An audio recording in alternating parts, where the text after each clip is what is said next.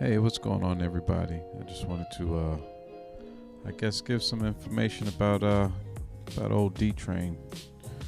So, I guess a self-interview, kind of, almost, or a little documentary of the old man. Anyway, so let's get it going. When I was 13, I think it was 13 or 14. I moved to Chapel Hill. Went to Phillips Junior High. Met some awesome people. Everybody was cool. After that, went to Chapel Hill High School. Around sophomore year, I tried football. Tried it junior year. Tried it some more. Wasn't very good. I mean, I was an athlete, but I just couldn't remember the plays, and I just didn't understand. I understand football more now than I did then, but anyway, I sang in high school. Excuse me. I sang in a few groups. I remember in my junior year, I sang in a group called Basic Blend, and that was a great experience with four other guys: Dorian, Mark, John, Lamont, and me. We were Basic Blend. Then in my senior year, I sang with another barbershop type group. It had 16 members in it, and that was an experience too.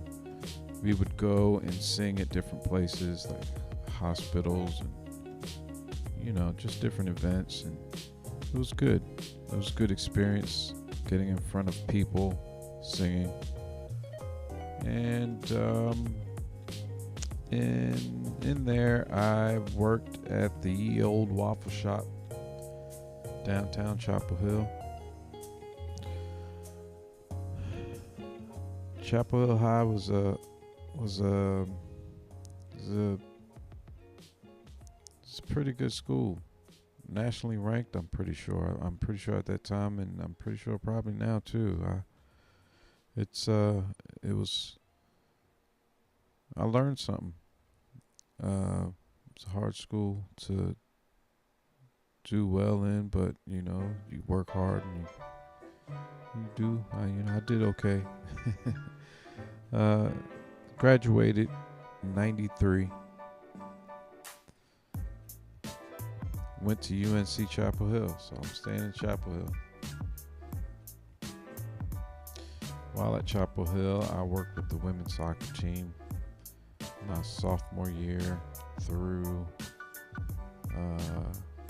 is that 94? That was 94 to about 2002.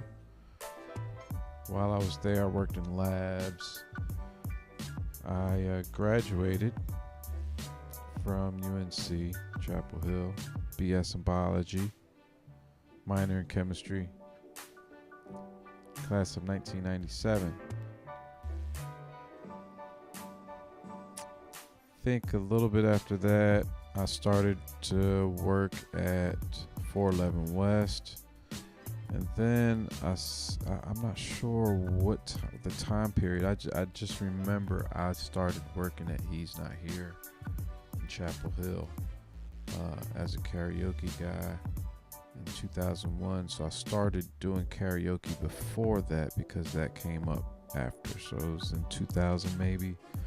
A guy saw me singing at one of his karaoke shows. He asked me if I wanted to work, which was, a blessing now that I look back at it.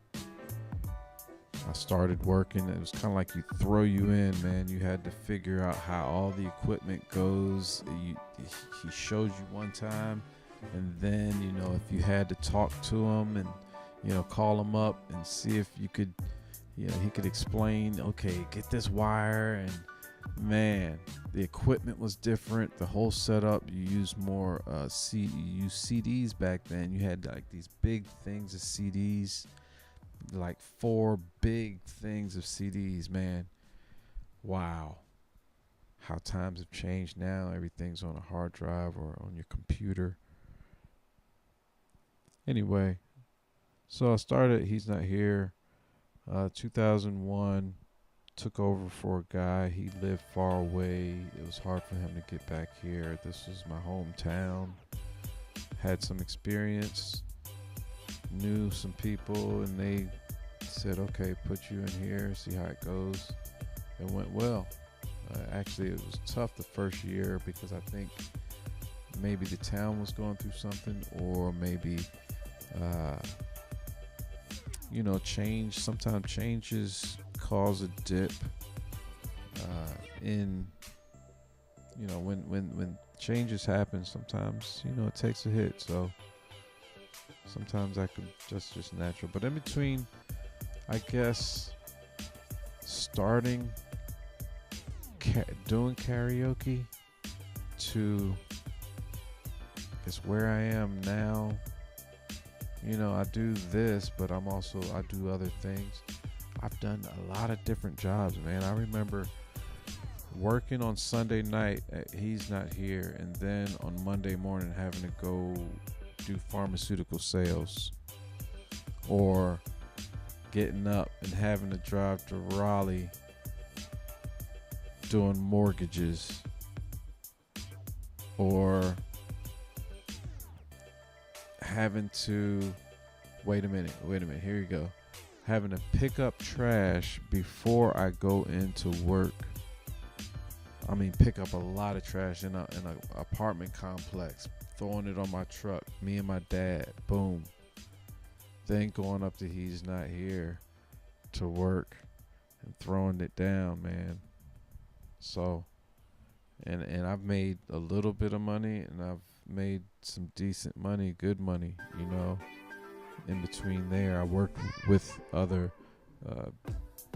big name DJ companies in the area who specialize mainly in weddings. So I did a lot of weddings a few years ago in corporate events. I remember one time I did an event for Coach K. His fantasy camp had a banquet, and I just basically went and tried to find out what he liked to hear, and I played that, shook the man's hand, and he I guess he enjoyed the music. That was pretty cool. And yeah, I've while at He's Not Here, man, I see a lot of different people, including people from Duke. So I kind of have a little Duke following, because what happens is some of the teams, be it let me see, baseball. I remember baseball, lacrosse, women's lacrosse, soccer, women's soccer. I mean, these guys have like rivalries in between them, and sometimes the bragging rights, go back and forth, and I think they know each other, and they kind of know that that's like one of the places to go, if not the place to go on a Sunday night. And sometimes they want to come out and sing and maybe jaw jack a little bit. So for a while it was like, I was upset, but then I was like, wow, man, that's what's keeping the ticker ticking. You know what I'm saying? A little bit of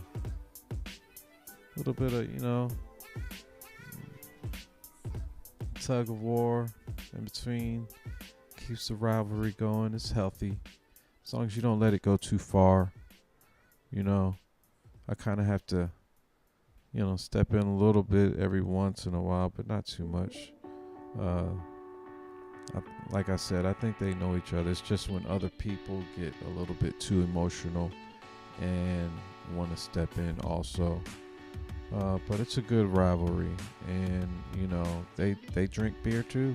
You know, um, so let me see what else. And also, another thing is that sometimes the holidays or the vacations or the start dates or the schedules are staggered, and so it kind of helps out when sometimes Duke schedules a little bit before or after, and so there's not as much of a lag when the students aren't in town because you have a constant flow of people. Like in the summers you have camps, like my women's soccer camps. They usually come out. We used to have a rugby competition that came through every summer, and they would just bring a lot of people from a lot of different business schools. Somehow, I think the business schools in these different, states had rugby teams, or maybe the business rugby thing. I don't know how it worked out, but anyway, they used to come through. They would get rowdy. That was a great time. And I don't know, I guess through the time you think back and you'd be like, wow, sometimes you can't think of us versus them. It's like we're all kind of experiencing each other in the same place, because when you start only thinking, they're against us, you kind of limit your scope, just kind of open it up a little bit.